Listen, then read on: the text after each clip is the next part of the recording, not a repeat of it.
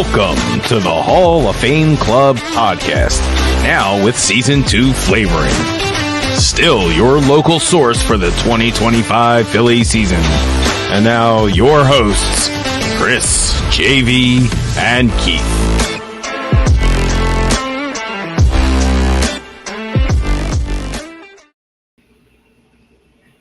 Good evening. It's Tuesday, July 29th, 2025, and welcome to another episode of the Hall of Fame Club podcast, brought to you by the Broken Bell Network. Tonight, the fellas are rejoined by John Durso, president of Homers for Hope, to recap the Souls Home Run Derby from this past weekend. And maybe we'll throw some Phil stuff in there too. Gentlemen, I know how Chris is doing, but Keith, how you doing?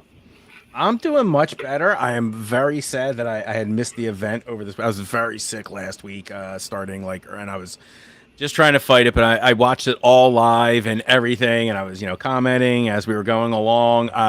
It looked like a blast. It looked like you guys had a very good time. I'm very sad I missed it, but overall, I'm so glad it was a very successful event.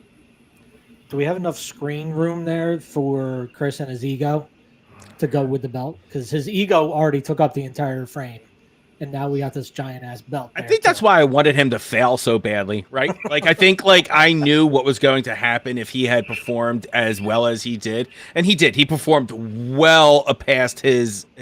He will not repeat that next year. That was just, he needed to do it one time just to say he had it in him. Congratulations, you have it in you. I am the inaugural winner. You are the inaugural Broken Bell Network Home Run Derby champion. Congratulations, sir. Durso, welcome back, sir. Hey, guys. Thank you for having me back on. I appreciate it. Oh, we love you. And we would like to replace you with Fuzzy if you're interested. How are you feeling, sir? It's a huge event and so admirable, but what's the recovery time for you on something like this? Because I know you participate and all that stuff. How are you feeling? Man, so yeah, I'm 46.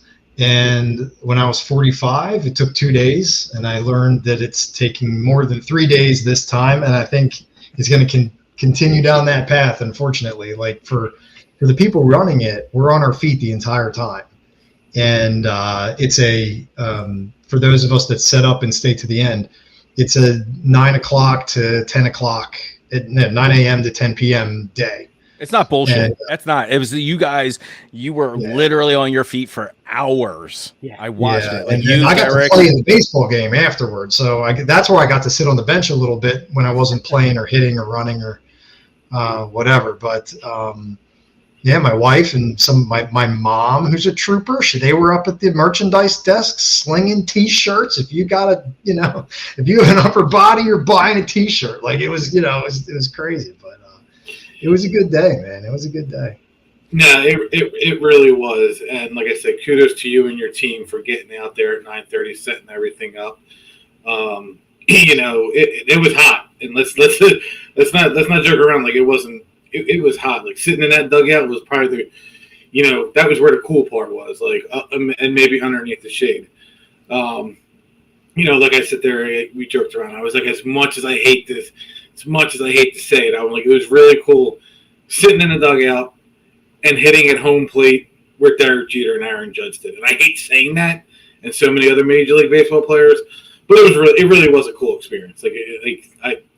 And for everyone who was involved, I think it's, I hope they feel the same way because, I hit more home runs than Chaz Chisholm, or whatever his name is, Jazz Chisholm, in his home run derby experience. It's neat. Like when you're part of what we do, we take the show on the road. I mean, there's guys like Chris Dansett, there's guys like Andrew Ferretti, and Chris Hatt's been with us for a long time, and Cashman, TJ. They've played at River Shark Stadium, Lancaster Barnstormers, Lakewood Blue Claws, Trenton Thunder. I mean, we take the show on the road, and if the guys are close enough and they're able to drive. The other thing is, it's not that they don't care about which family it is, but they're not picky and choosy. They're like, there's a family, and we need to help them, and we're going to drive from like Lakewood to Lancaster to be in this derby, because of the families that we're able to help. and the competition really does come second. Now, that's not to say that the competitive juices aren't flowing. So, like, if you guys have checked our Facebook page today, there's conspiracy theory stuff going on right now because of how the Derby ended. There's so much drama setting up for next year right now. I was so shocked at how many comments were going back and forth on that page, because your page it's quiet, it's a fundraising page, but I was just like, wow. I was like, oh right, it's a good one, but that usually happens whenever it's a real tight one, and we had an all-time finish. I mean, this year there were 4 major things that don't ever happen, and one of them is in my top 3 coolest moments, and right now I can't tell you what the other 2 are.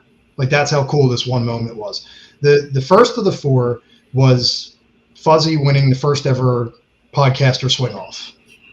Never had an event inside an event that had another belt and a specialty, kind of group of people with a whole nother world that we haven't tapped into. Like, your world is just something that we've never tapped into. So thank you to you guys, and thank you to all your supporters for introducing Homers for Hope to a whole nother thing. And if you saw any pictures of Fuzzy after he got off, he won. He gets to go get the interview with the guys that were broadcasting it from SFBN. He never took his mask off. I got to give him his presentation for his belt live on the air, and there was a line of children wanting his autograph, which was awesome. Yes, they made my day. I ain't gonna lie. I was so shocked. I didn't know what to do. You're like, here, hand the kid your belt. I hand him my belt, and there's my co-host going, hit him with the belt. That's how you get a heel turn. I'm like, come on, man. I just got this belt.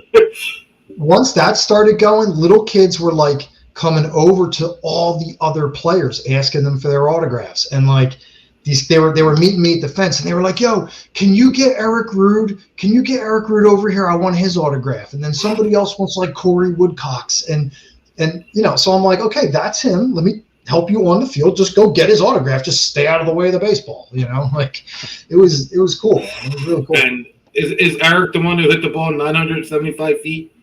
Eric, yeah, man. Eric's a beast. And yeah, him and Chuck were like monsters out there. Chase is texting me from Centerfield going, seriously? He's like, this is ridiculous. Well, let me walk you through. Let me walk you through 2 more things, and then I'll walk you through the scoreboard not the scoreboard, but the scoring system we use, because I do think everybody watching needs to know, like, we're not going to your little league field anymore. I mean, it's pretty well done. It's pretty scientific. We've got equipment, and we've got a whole way we do things. And I'm sure I'm going to set everybody off on Facebook again as soon as I bring up how this thing ended. But I want to start by reading a letter, or a pretty long text message, actually. So Nancy Myers, our family from Oxford Circle, her and her family show up to the Derby. And one of the things that we wish happens, but rarely doesn't happen, this year it did.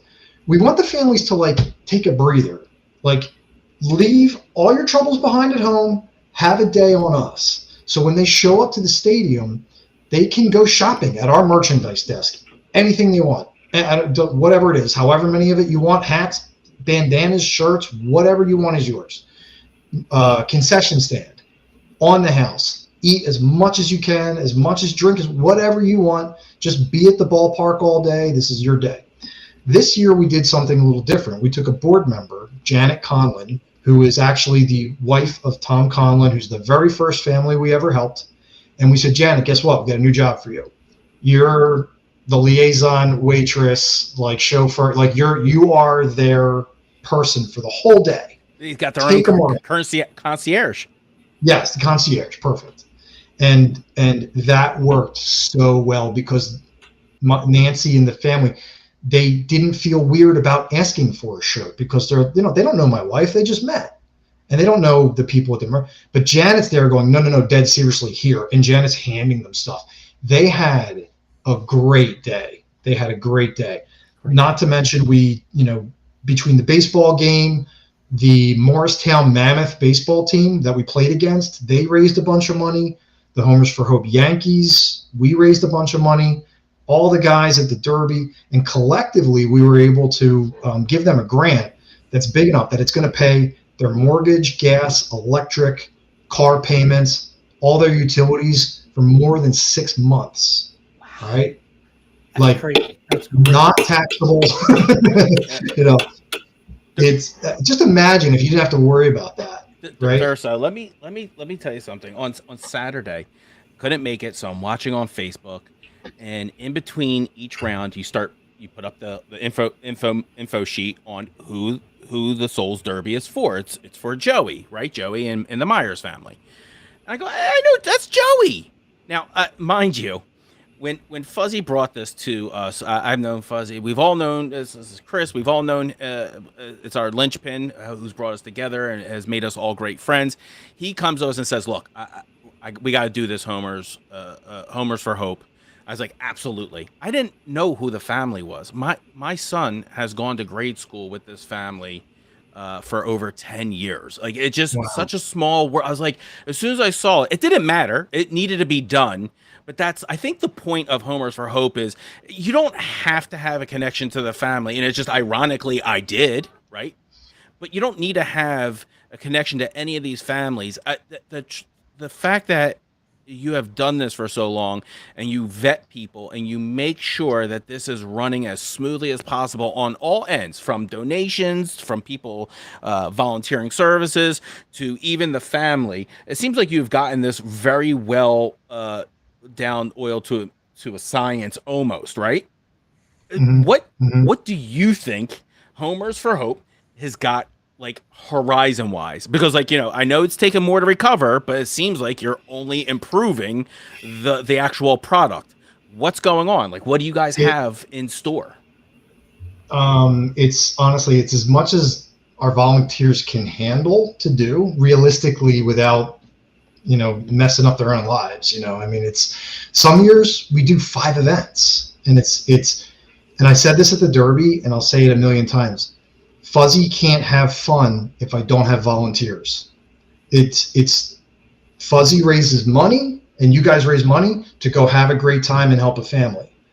It's not as impactful if we don't have the volunteers to do stuff. So we'll grow it and keep going as much as we can if we have volunteers. Now, I'm in the middle of talking with a family that was here for CHOP. They were here for a year, but they're from Nevada and they need help. So I'm talking with the family's kids' high school baseball coach in Nevada, because we have, like, I've had it ready to go for a long time. We just never used it. Like a home run derby in a box kind of concept. Like, if you want to do one of these things, we can teach you how to do it. And in some cases, we'll fund it if you don't have money to get it going, and it might not be to the grand extent that we did on Saturday, but it's enough to get started with, So that's, I think, Keith, I think that's the future, is kind of like the Alex's lemonade stand model, where you ring up Alex's lemonade stand and you go, I want to do one. And they send you a package with everything that you need, instructions and someone to call, like a mentor. I think that's kind of the future of where it's going to go. That's beautiful. And I kind of wanted to bring up the fact that the volunteering part, and how can people reach out to you to do that, right? So, like, it all depends on the smiles on the faces, and it's great that everyone can and do the money and the participants. But how can someone just be like, I wanna work this, I want to work that? How can they just be a part of the machine for you? Just email me, homersforhope@gmail.com. I speak to every single person that emails me, and we have a conversation either on email or by the phone, and we figure out what the best job is for you. Sometimes it's like, just show up, bring your kids, and go shag. Like, cool. This year we had a guy named Jack Lemire who helped us last year as well from Drexel. He helped last year, was amazing. This year he brought 2 of his friends from Drexel, and we put them to work as a pod at home plate doing all the electronic stuff. Then we have our guys from our Yankees team, which was Dan Mina, Kevin Vernick, Lee Middleberg, Tom Crilly. They were out in the outfield and they were working as a unit. And in the second round, we flipped them. just to keep everybody fresh. And we had enough volunteers where I had a job that was a volunteer job to take care of the volunteers, which is really important and often overlooked in charity things. Like, your only job is to make sure they don't run out of water. That's your job, So, I mean, when there's a lot of stuff I wish we could do. If we have more bodies, we do all kinds of cool stuff. Yeah, I think it's cool. I didn't even realize that you guys had water in the outfield till Jeremy's son Nolan, who was out there with my son, and he was shagging flies. I'm like, you guys got water? He's like, yeah, it's right behind us. I'm like, all right, just making sure. Like, I know that field's hot. I will give a little shout out to Nolan, who was doing some interviews with the Philly podcast when they were live, and he did good. I must say, he did good. He was having a blast. Cool. I've had a chance to really sit down with him and make sure he understood what was happening out there and why it was happening. But I can tell you he loved every second of it, and I can almost guarantee you that he will be there next year, shagging fly balls, running water, whatever you need him to do. He will love to be a part of it. So cool. You should get your whole Parkwood baseball team out there. I thought about it's that. It's pretty awesome when the kids show up in their uniforms and they're out there doing their thing, man. It's neat. A couple ideas that I'm going to email John about and potentially go from there. So cool. Get some balls rolling for the future. Well, I don't want to monopolize your whole show, but I did want to. This is your show, sir. It's your hour. I wanted to read what Nancy Myers wrote. So, all right, I'll be back. Yeah, it's powerful, and the families are extremely thankful, and all. By the way, we know we got the right family when they try to talk me out of helping them. When I talk to them on the phone, and Janet calls them on the phone, and they're like, "There's families that need it way more than we do. There's so many more," and that's when we're like, "Okay, no, you do," and that's been that, that's how it is. But she wrote me this, and she said it's okay to share it with anybody. So she wrote, to the players, donors, volunteers, and most importantly, Homers for Hope, who lifted us up when we were falling down. I wish I could find the right words to thank you, but nothing I could ever write will fully capture what you've done for my family. We've been through so much. There are days where I don't even know how I'm still standing. Joey's been fighting battles no child should ever have to face, and as his mom, I carry the weight of the world on my shoulders every single day. There are mornings when Joey wakes up in pain, and I can see it in his eyes before he even says a word. There are days when his body is so exhausted from the procedures and the appointments that he can barely lift his head from his pillow. And there are nights when I hold him as he cries, and he asks me why he had to get cancer and be sick. And I have to stay strong even though my heart is shattering. And through all of this, I'm trying to hold life together for my daughters, who have also been through so much since Joey's diagnosis. I want them to have a childhood, to be happy, to feel safe. But I know that they see more than I wish they did. And I smile for them while silently wondering, how are we going to keep the lights on? How am I going to put food on the table? And how much longer can I keep all of this from breaking me completely? I've sat in the car more times than I can count, crying silently so that my kids would not see me fall apart. I've prayed for answers. I've prayed for strength. I've prayed for a break in the storm. We were drowning. We were trying to stretch every dollar just to survive. And one of the hardest moments was when my daughter realized how bad things had gotten. She didn't even tell me about a school trip because she knew we couldn't afford it. And I never wanted my kids to worry. I always wanted them to be kids and be happy. And when I found that out, my heart shattered. We had just gone to the food bank. I never thought I would be the mom who has to ask strangers for help just so her children can eat. The shame and the pain of that moment is something I'll never forget. And then you came into our lives. I got a text saying someone wanted to reach out to help a family. I remember sitting in my car, clutching my phone and whispering, "Thank you, God." Because of you, everything shifted. You gave us something I'll never be able to repay. You gave me a reason to breathe again when it felt like the walls were closing in. And you gave us relief so that I could focus on Joey's medical needs instead of wondering how I was going to keep the bills paid. You gave all my children something priceless, happiness. You gave us a night where my kids could just be kids, where they could laugh and smile and forget even just for a little while, how heavy life has felt. Watching Joey's face light up at the baseball game, seeing him truly happy and be able to smile, not even wanting to leave until the second game, that was a memory I'll carry forever. You need to know this. You did not just help us financially, you lifted us up when we were at our lowest. You reminded us that we are not alone in this fight, and you showed us that there's so much good left in this world.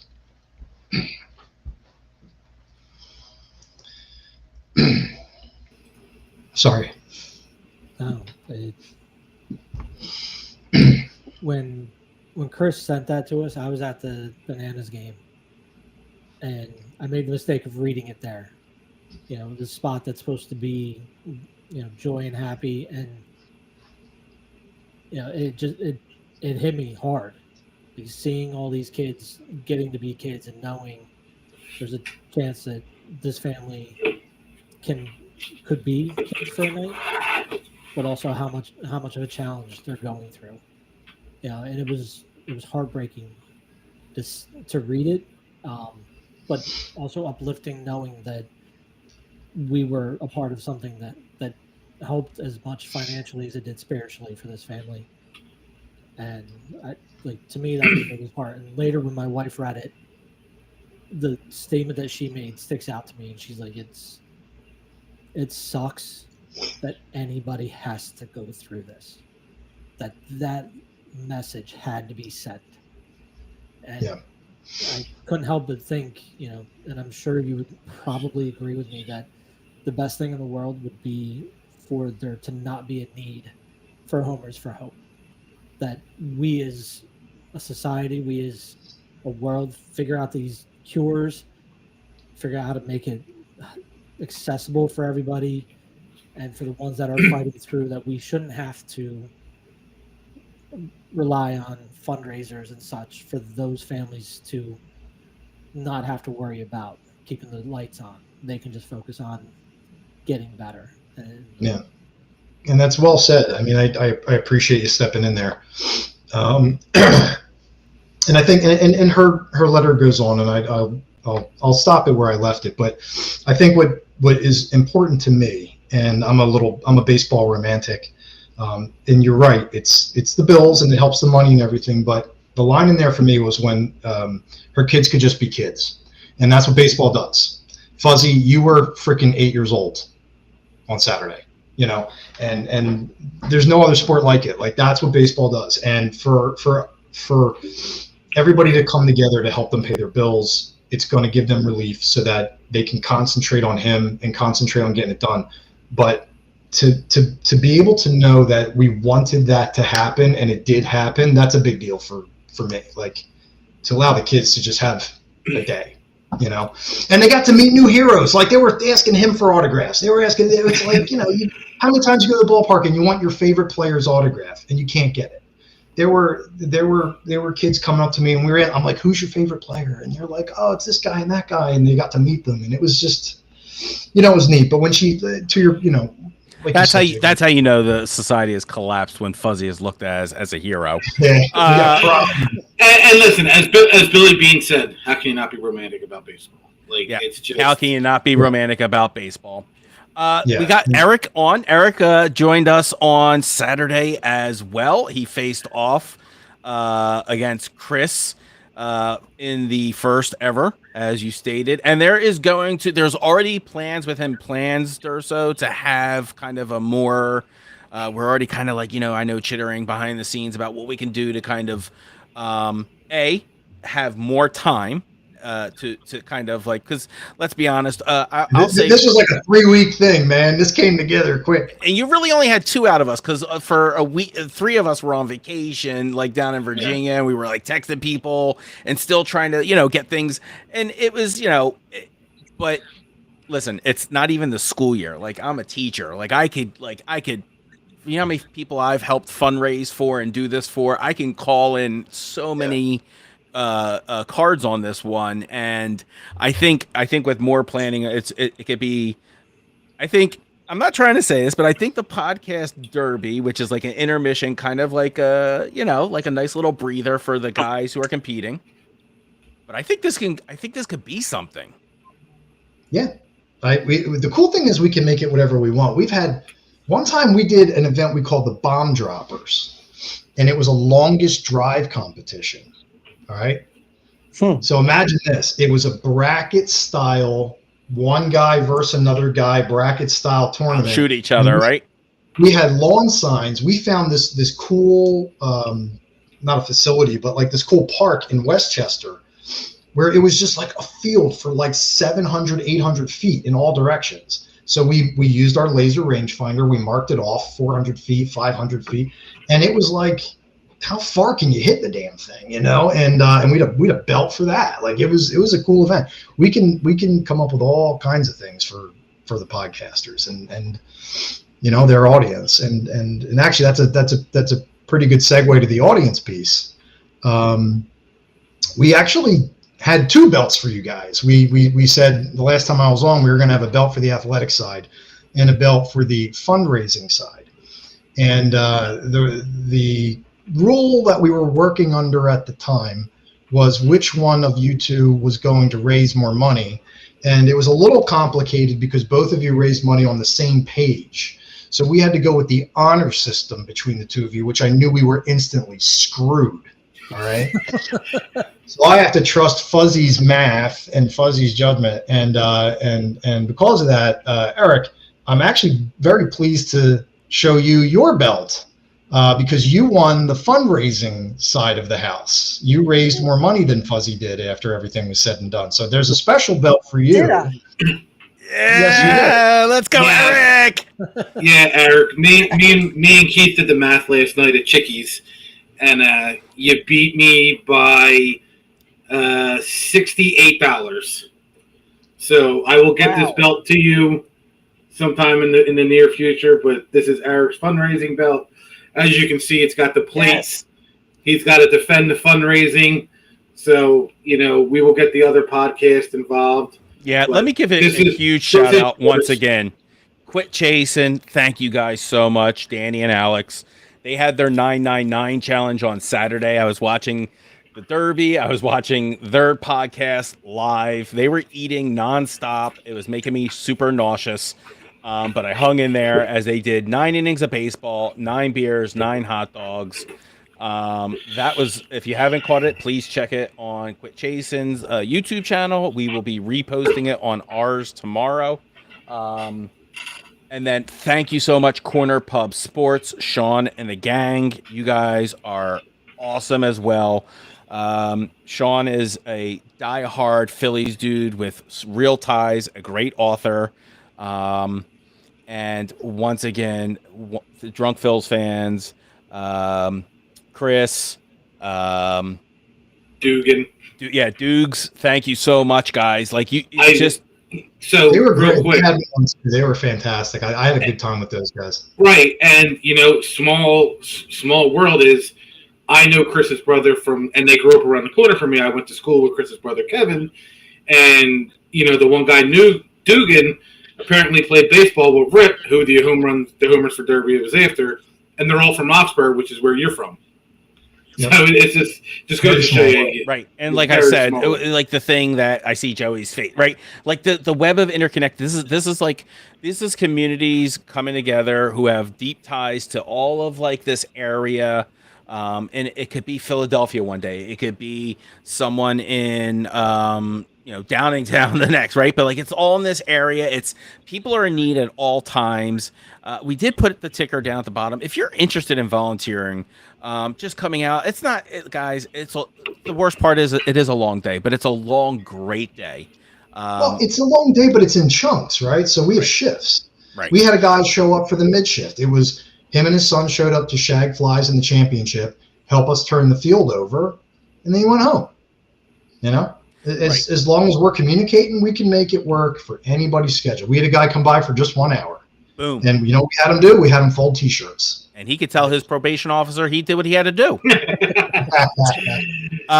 So I actually, real quick, I think Chase wants to take part in this next year. I'm like, dude, I'll get you your own page, but like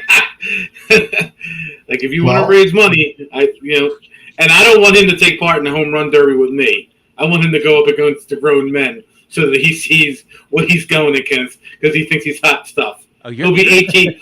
He'll be 18 next year. And yes, he should go against grown men, and he would crush you.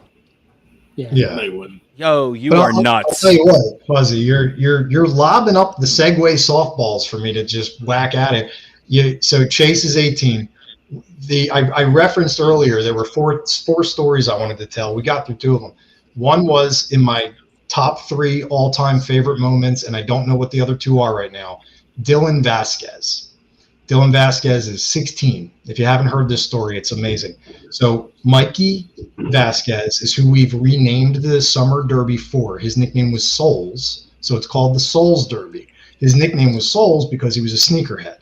And he passed away. We renamed it for him. His wife, Dylan's mother, was the first family recipient, and we used those funds to help her start the Souls Foundation, which in turn gives sneakers to kids in Philadelphia schools that don't have shoes, right? So Souls Foundation, born out of the fundraiser called the Souls Derby with Homers for Hope. It's the 4th anniversary, so Dylan was 12 when his father passed away, Mikey, right? So Dylan wants to play this year. I'm like, cool. Millie texts me. She's like, Dylan's 16. Can he play? I said, can he pick up a bat? Yeah. He's in. Absolutely. So this kid grabs his page. He raises $1,800 on his own.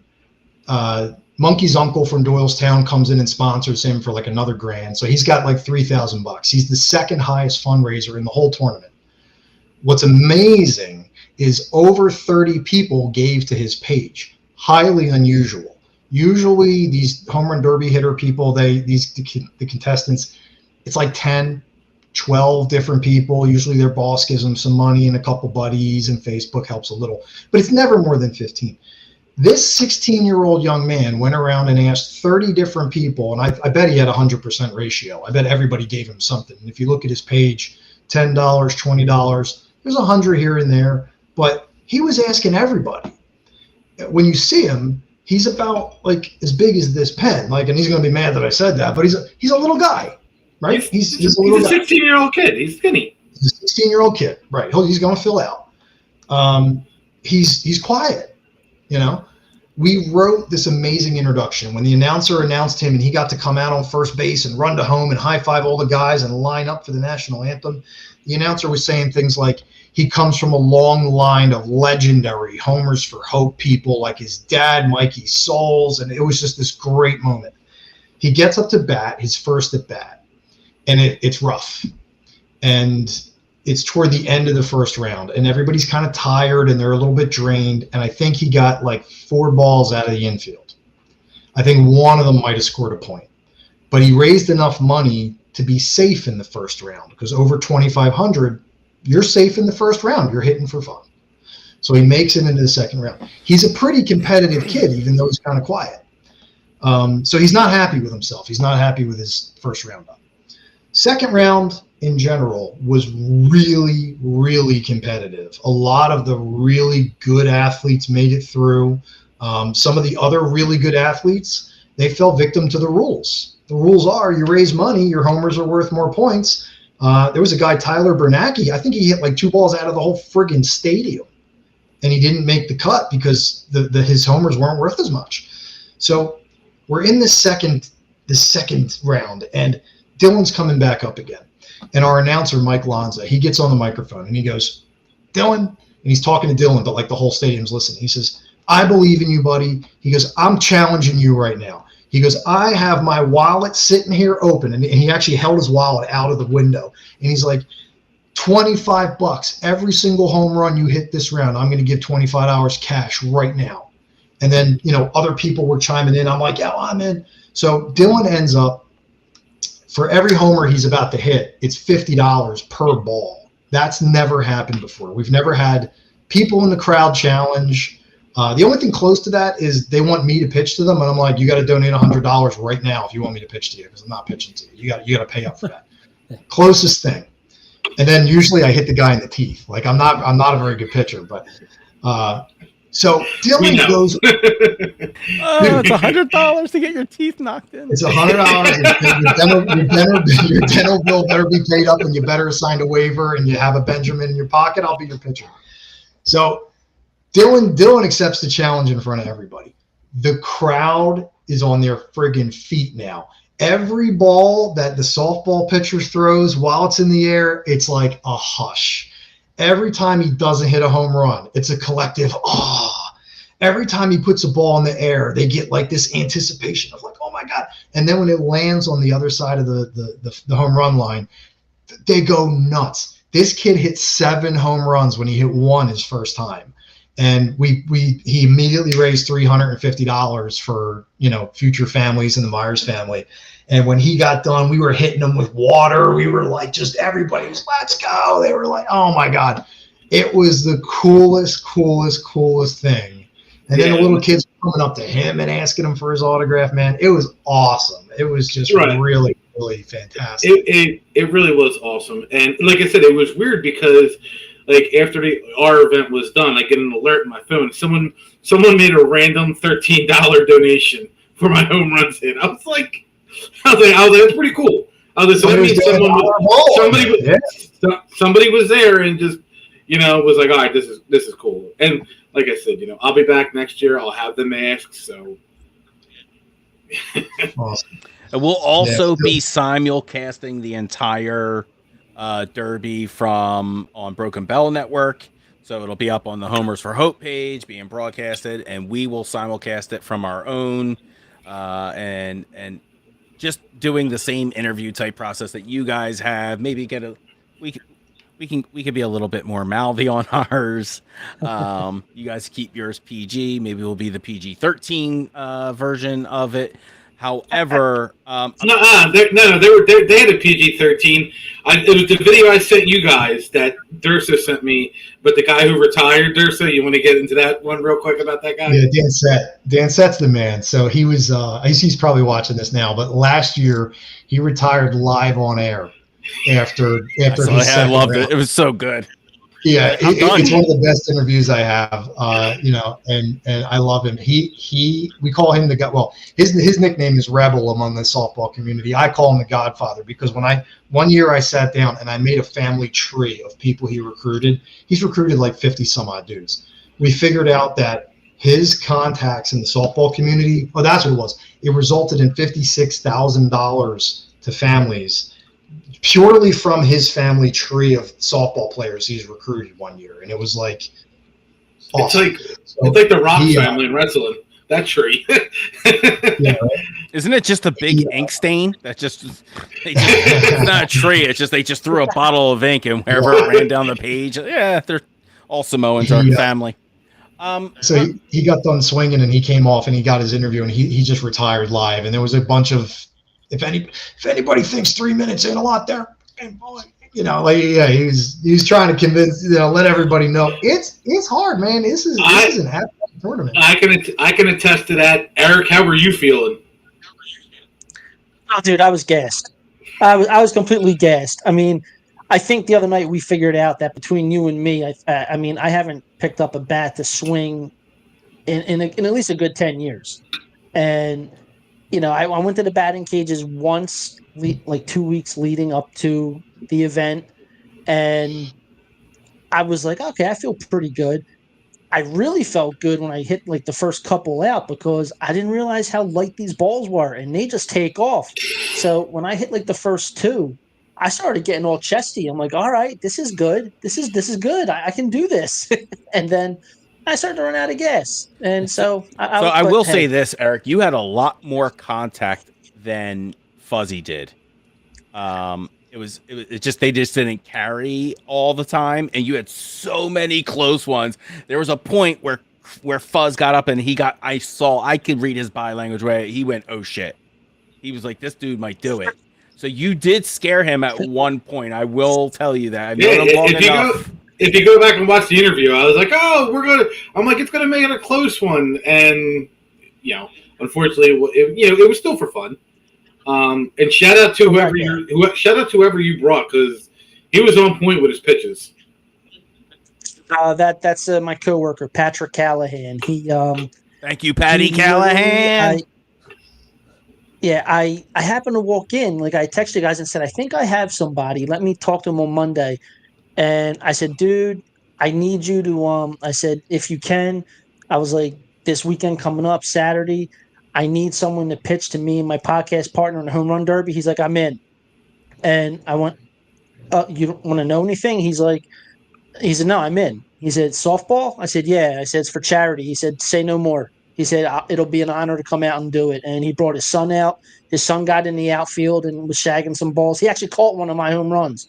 And like I yelled at his dad. I was like, sure, it has to be your freaking kid that catches my ball, right?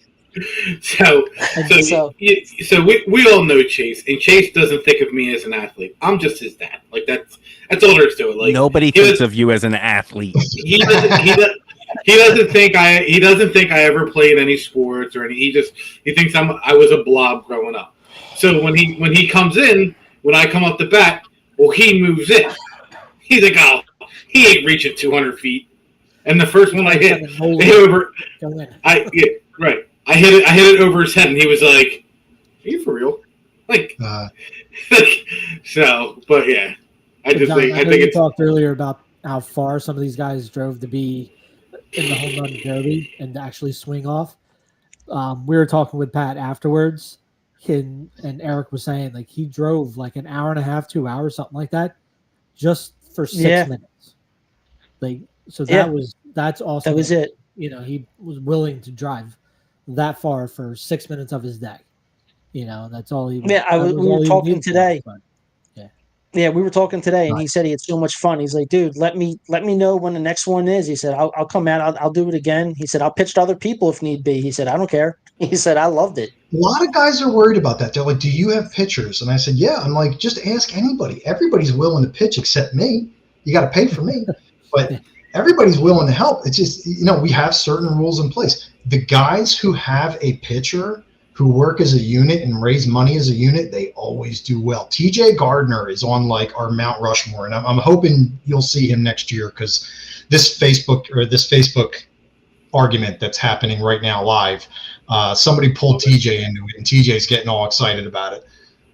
Him and his pitcher have been together the whole time, and his pitcher is perfect. Puts it right in TJ's wheelhouse every single pitch, and they are like one machine. It's really unbelievable to watch those two work together. But if you're game, I want to share my screen and show you guys the scorecard if you want to see it. Absolutely. Let's see, I understand.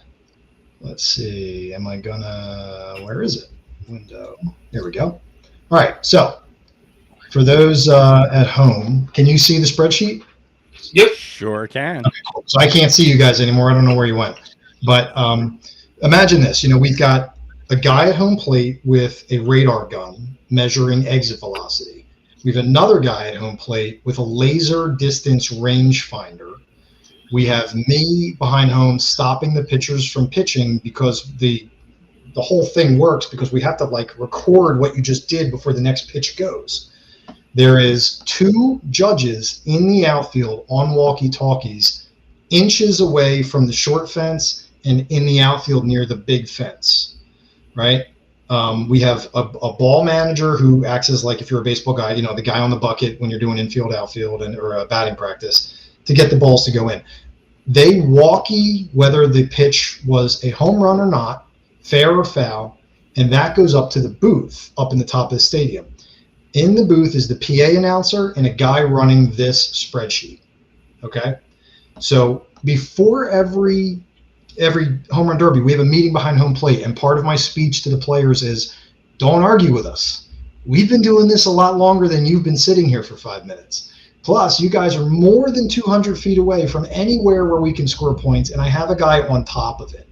We also have the most efficient, one of the most intelligent people I have in my entire life, of all the people I know, which I know a lot, running this thing. We're human, but we don't make mistakes, all right?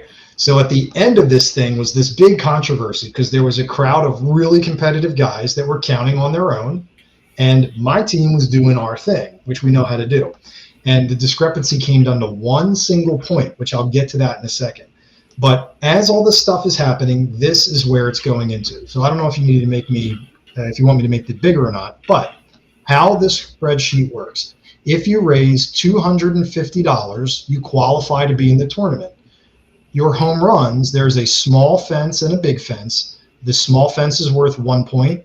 The big fence is worth 2 points. So Alexander Halliday and Tyler Bernacki, Alexander hit 11 over the small fence, and Tyler did 19 over the small fence. So they were worth 1 point each. It adds it up here. Score was 11-23. Tyler hit 2 big home runs, and I believe in the first round, one of them actually went out of the whole stadium into the parking lot. Their distances, their single best distance was measured. Alexander's was 366. Tyler's was close to 400 feet. The exit velocity was 82 and 99. So that's how that works, right?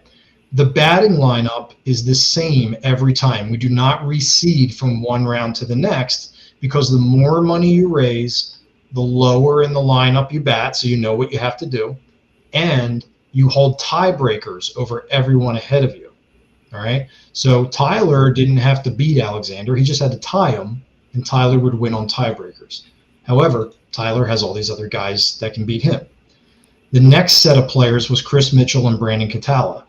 They raised $500, or they were in that $500 point bucket.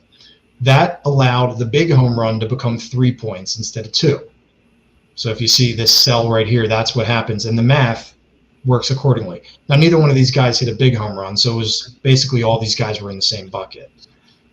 Chris, his distance was 341. He had an 84 exit velocity. Brandon's distance was 276, 77 exit velocity. All right. This is where the competition heats up. Everyone who's planning on being in our derby, give yourself a goal to raise $1,000. Even though it's $250 to go, 1,000 is where you're competitive, because the 1,000 level is where everything evens out. There's no higher point value to the home runs. It's 2 points for the little fence and 3 points for the bigger one. So while Tyler hit 19 home runs, they were only worth 1 point. 19 home runs in the second round, he would have been the leader. I mean, he would have led this pack. These guys, were earning 2 points for everything, and that's why you see these scores in the 30s and 40s. Eric Rood, who was just a beast the entire day, he made it to the championship. He hit one out in the first round. These last 3 guys, Sal and Dylan Vasquez, who we talked about earlier, they raised $2,500. They get max points, and they are not able to be eliminated in the first round. So they're safe. They're batting for practice. If you really want to have a chance, make sure you can't be knocked out in the first round by raising $2,500. So Sal, he went up there and he was taking like a legitimate round. He was taking it seriously. Dylan was having fun, and he hit one like we said before. Corey Woodcock, who's our 2-time defending champion at the time, somehow had this miracle happen the day before the Derby.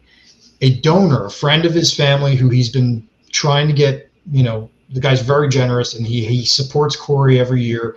I guess he read the Myers story. The guy wants to remain anonymous. I haven't even been able to talk to him. He gave Corey the single largest donation in the history of Homers for Hope. He gave Corey $10,000 the day before. And I had to I called him, I called his dad. I'm like, you need to make sure this is legitimate before we allow this to go through, because the guy might have hit a couple extra zeros. It was all legitimate.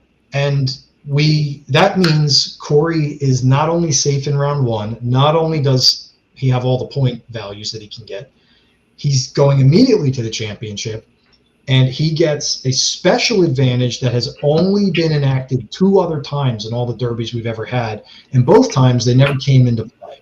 This time it came into play. That extra advantage is that when the clock stops, he gets 3 swings. The other players only get 1 pitch. So after your clock stops, 1 pitch goes, and if your pitcher screws it up, tough. That's it. He got 3 extra swings, so he could take his time, he could let some pitches go by and swing at the ones he wants, and it came into play at the end. So Advancing to the second round was everybody in green. They were the highest scores. They got to go again. And then we moved on. We went from 13 to 8 into the second round, and then from 8 down to 4. One of them was automatically Corey.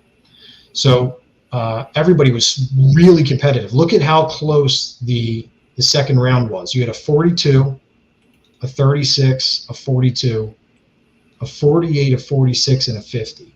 So only 3 out of these 7 people were going to advance because Corey was already in. And Corey took batting practice this round. He scored 17, so he was, just kind of going through the motions. But I want to call back one. Where are we? No, we'll call it out a little bit later. Yeah, right here. This is what I wanted to call out. I missed this earlier. I apologize. In the first round, Eric Rude set a new record for exit velo. Last year, we had a professional baseball player from the Pittsburgh Pirates, a guy named Mike Johnston, who's from Springfield, Delco, I think. But he lives out in like Quakertown. He was playing last year, and he had a 101. And Eric Rude now has the record for exit velocity at 102. So that was set. That was very exciting. And he hit 102 a couple times. But these guys advanced. Rude, Teal, Sal Ray, and Corey. That was our final 4. So Rude comes out firing. He hits a 57, right? 57 is tied for the most points in one round for the history of the Souls Derby, which was set by Corey Woodcock last year. So you want to talk about putting out the best round you can. I mean, how about tying the record for the most ever? In addition to that, one of his balls left the stadium, and if you know that stadium at all, there's the light pole. Halfway up the light pole over the fence that leaves the stadium is where his ball crossed. And just by doing it with our laser and everything, we're estimating that to be 465, which is probably the second farthest ball we've ever had hit next to TJ's 485 from the 2017 Lakewood Derby. So Rudd shows up in the championship. Yeah, I remember yelling, "If that hits my car, I'm gonna be real mad." Josh Cashman, another really competitive guy who was in the Derby earlier, he's his pitcher. And the two of them are like just jacked up. Like they're just so like, let's go. Teal comes in. He has a very strong showing, ends up at 36. Sal comes in and is probably one of his stronger showings. He almost matches his time last round. But it becomes, the Eric Rudd and the Corey Woodcock show. So Eric and Josh and a bunch of guys are, where I said earlier and they're going to hate me for saying this, but it's what I said in the beginning. We have our own rules. I don't care what the home run derby rules for, home run derby and major leagues and anything like that. You raise money, you have advantages. That's the way this thing works. It's a fundraiser. So Corey had this little angel save him with $10,000, and it got Corey these extra advantages. It is what it is. In the round before Corey was able to use his advantage, he ended up with whatever the math is on that. I think it was like 50 points instead of 57. And he needed every single swing of that extra advantage to win this derby. He ends up hitting 2 balls. He ends up hitting his first ball over the big fence, the actual home run fence, for 3 points. Now he's got 53. Then he hits his second ball onto the warning track, doesn't go out. He's tied at 57. It's 53 and then 55. So he needs 2 points to tie the score of 57 from Eric Rude. And then by rule, he would win on tiebreaker. But he made it like no doubt about it. He actually got the second one out of the ballpark over the big fence by hitting the yellow pipe on top of the fence, and it bounces over, and that counts as a home run. So he did win by 1 point. But I talked to him later, and he said, "Listen," he goes, "I wouldn't have wanted to end on a tie. I know Rude wouldn't want it to end on a tie. We would have tried to have some kind of swing off." So Corey's super competitive. And right now there's a lot of chatter on our Facebook page going back and forth about that, which I love because it just sets the stage for next year. I want to go and I think, I talked about the 465. Here is Fuzzy's and Stubby's chart. Okay? That's the difference, though. understand one thing, guys. The other guys are like superhuman. Like they are not on the same level playing field as me and you, like normal like people. Like they're really incredible. So Fuzzy, for you to have 13 was really good, and Stubby, for you to have 5, that was really good as well. Your distances are approaching the 280 mark, 250 mark. That's really good. And to have any kind of exit velocity over 7 is over 70 is well, over 7, yeah. But over 70 is really, really, really good. So these are not numbers to be ashamed of when you compare it to these guys. These guys are in a different level. I can't wait to tell my wife. You hit a ball faster than you drive your car most of the time. That's a good thing. Have you ridden with him? I don't know. I think he's so I will, pressing, unless you have questions for me to go over anything, I'll stop speed. sharing it. No, that's cool. I just want to point out that there are 43 comments on your Facebook, on the Homers for Hope Facebook page, where they are going at it. They're probably blowing me up right now because I'm, as the charity, I shouldn't comment on these things. But it's if we can get a derby where a guy named Ron Coleman, I don't care how you're feeling, you're a Mount Rushmore. Joe Quinnett is a Mount Rushmore. TJ Gardner's a Mount Rushmore. And Corey is making a real good argument with his three-peat that he should go on there. But Eric is a monster. Tyler Bernacki's a monster. And there was a bunch of other guys in that thing. They're all local. And if all those people show up, I have no idea who's going to win. If they all raise 1,000 and those points are level, it's going to be better than the actual home run derby that people watched on ESPN. That's what I love about it. These guys are using this kind of as the story arc of making the next one better, right? So they're not like it doesn't matter, but they're using that in turn to set the stage for the next storyline you're telling. Do you have anything kind of planned out yet? Anything that will be coming up for this year? No, I'm going to get some Advil still. I gotta. Yeah, well, I'm icing it just like you guys are. But what we can count on is the Homers for Hope men's baseball team, which plays out of Doylestown in the Bucksmont League. It's a 35 and over. So if there are baseball players that want to play Sunday morning hardball and be part of the fundraiser for that family, that's a whole nother family. That is a fundraising event that lasts pretty much from right after the Super Bowl right up until around now, August. And, we're always looking for good guys that used to play baseball or they still do play baseball and they want to do. That's going to happen. And then the Souls Derby. We're definitely having it because it'll be the 5th anniversary of Mikey's passing. Corey's, by contract, has to go for the 4-peat. And I'm hoping there's a lot of controversy that's going to lead up to it and have a lot of people come out of the woodwork. And who knows, man, if enough people show up, maybe we'll actually be able to sell tickets because this is a free event and we've never charged to get in the door. It's just come one, come all, and, help families in need that way. So we know we're doing that. And whatever this collective brain trust here can come up with for podcast swing off, podcast derby, podcast whatever, we'll probably do that as a third event. I think we should institute a pay what you want at the door. Yeah. Pay what you want at the door. I think Cape May County Zoo do that? Yes. Yeah. Pay what you want at the door. Yes, they do. Yep. So I feel like that will generate you just have someone sit with a bucket. You want to put $1 in there, you want to put $5 in, it doesn't matter. Whatever you want to do. Yeah. Durso, you are the man. We do appreciate you so much. This is just so everyone knows, special edition of the Hall of Fame Club podcast. We might throw something together for real Phillies baseball, but as of now, we wanted to make sure we sealed up Homers for Hope and to let people know what went on and what else they can further do to help after the Derby has ended. So other than emailing, is the donation page open up all year? Yeah, we're going to leave this particular Souls Derby donation and your page within it. We're going to leave it up for a week. All right.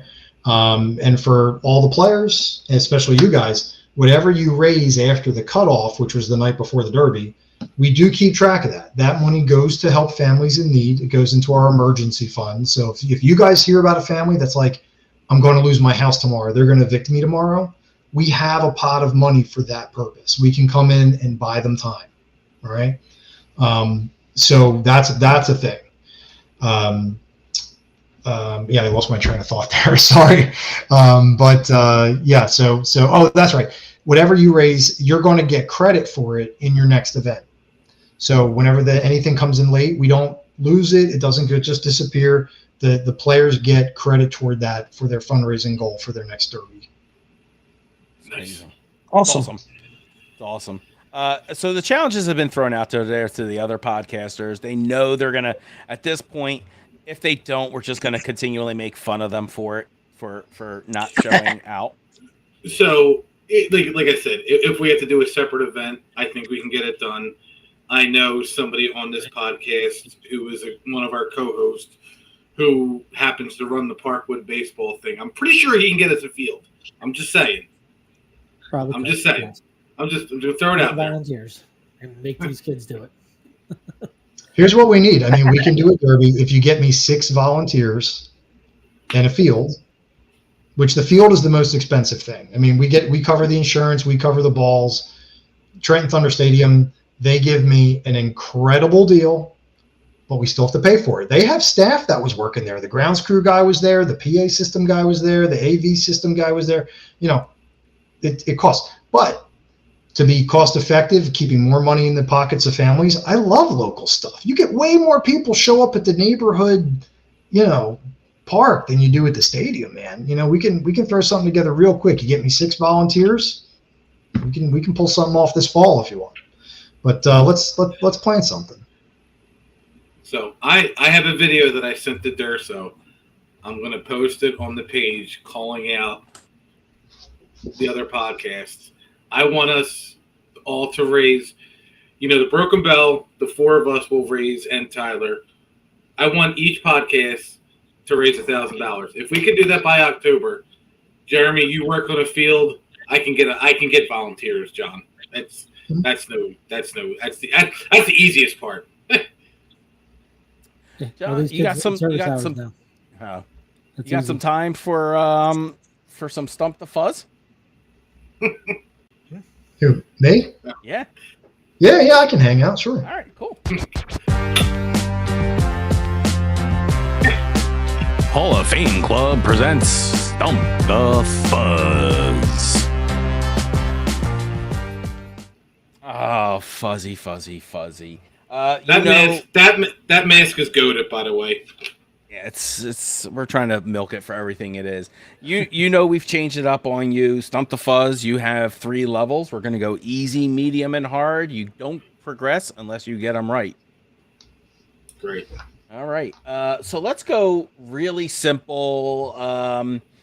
Which current Phillies slugger is known for hitting leadoff home runs and was the 2022 NL home run leader? It was the guy that killed a family of 3 while they're waiting for beer tonight, Mr. Kyle Schwarber.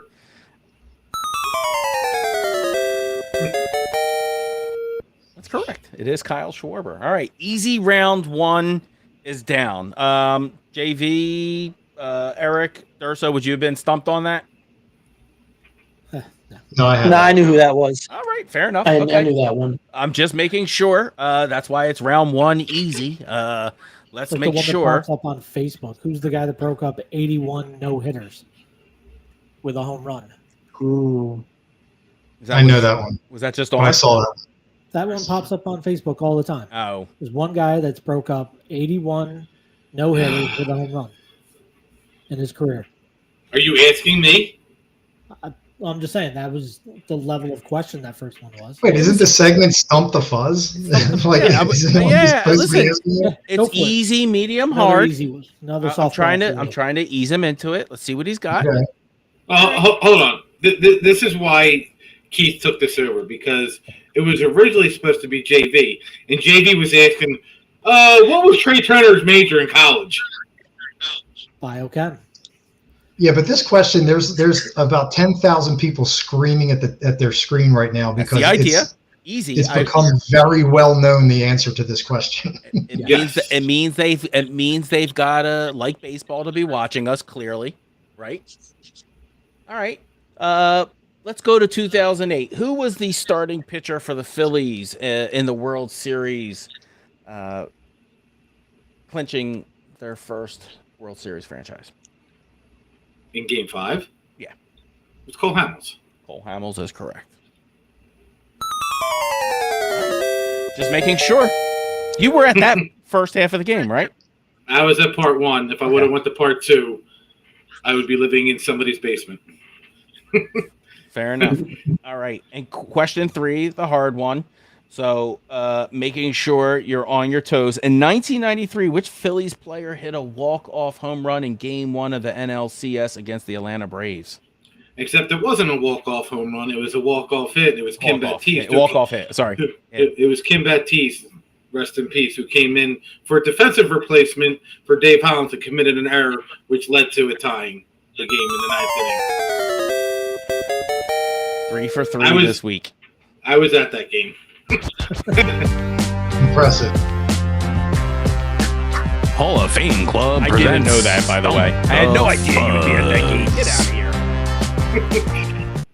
Get out of here. Do you know who Mitch Williams struck out to clinch the East, to clinch the pennant? In 93. Yeah. Not Joe Carter. No. It was a first baseman, right? Mark Lemke? No. It was not Mark Lemke. First You're not baseman? going to get it. You're not going to get it. Great. Ron Gant. No, it was not Ron Gant, and it was not Fred McGriff. It was Bill Pecota. Was it? Please. I guess you were there. I guess. Whatever. Okay. I guess you were there. I guess you were there. I don't know. Dude's been at every game. Who knows? Does anyone have anything else? I know we have Philly podcast tomorrow, right? I don't know. I mean, we can discuss that tomorrow. Later on tomorrow morning. Okay. Well, I know there's camp. Camp's going on. We got camp to talk about. If you guys have that, there is no Northeast Philly podcast this week. No.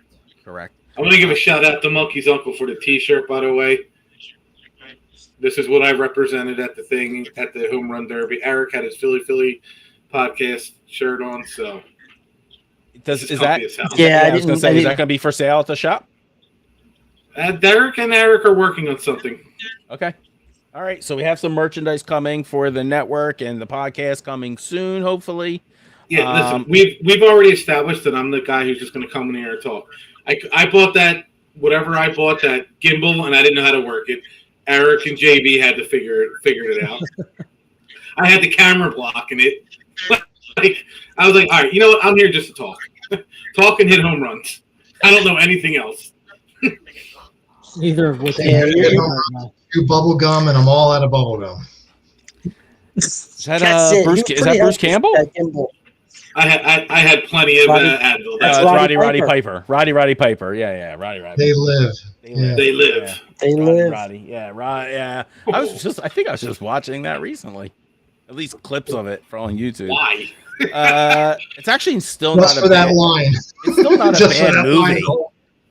It's still not I bad. love that movie. Yeah, it's not bad. It's 80s childhood. It's no better than The Legend of Billie Jean. You shut your mouth. Can we just real quick? Movie. Real quick, can the 80s kids get a break this week? These last 2 weeks have been horrendous. Like Hulk, Ryan, Ozzy, knock it off. Theo Huxtable. Yeah, come on. The Grim Reaper went Theo, Ozzy, and Hulk. Kind of. Oh yeah, I need a second baseman now. Durso, you got anything left to plug, shout out, anything you want to get out before we head on out? No, I just want to thank everybody for another wonderful year. I guess the only other thing that I didn't mention yet was that this year, the grant put us over $500,000 all time. Nice. Which was really cool for us. That's awesome. That's awesome. That's amazing. That's But again, amazing. it can't be done without the volunteers. It can't be done without the volunteers, the players. I mean, it's a whole big unit here, you know. So thank you to everybody. Thank you to you guys for having us on too. Dude, I was just so happy to be part of it. It was a great time, especially since I jumped in. I was like, all right, someone dropped out where I'm in. Now, Well, thanks for doing it, man. Amazing on everyone's part there. So thank you so much. I know you're giving all your thanks to a lot of people and things like that, but you are the man. I sincerely mean that. Do appreciate you. You're welcome on any of our shows at any time to do anything, even if you just want to bullshit. Again, we can't thank you enough for letting us be a part of it. So thank you. No, I appreciate it, guys. Thanks. JV, take us home. All right, guys. Thanks again for joining the Hall of Fame Club on the Broken Belt Network. Join us next week when we get back to the Phillies. Hopefully there's some trade movement in the next couple of days. Doubt it, but hopefully it happens.